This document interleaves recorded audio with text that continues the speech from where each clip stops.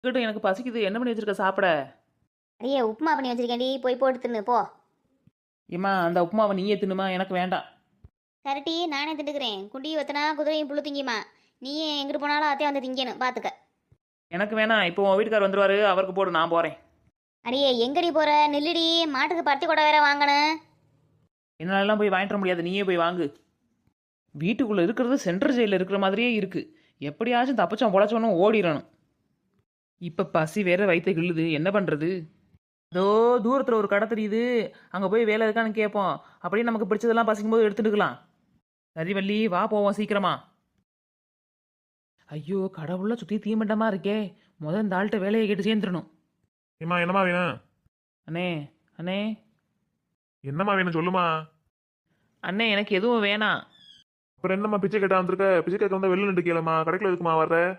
ஏம்மா நானே இப்போதாம்மா கடை வந்திருக்கேன்.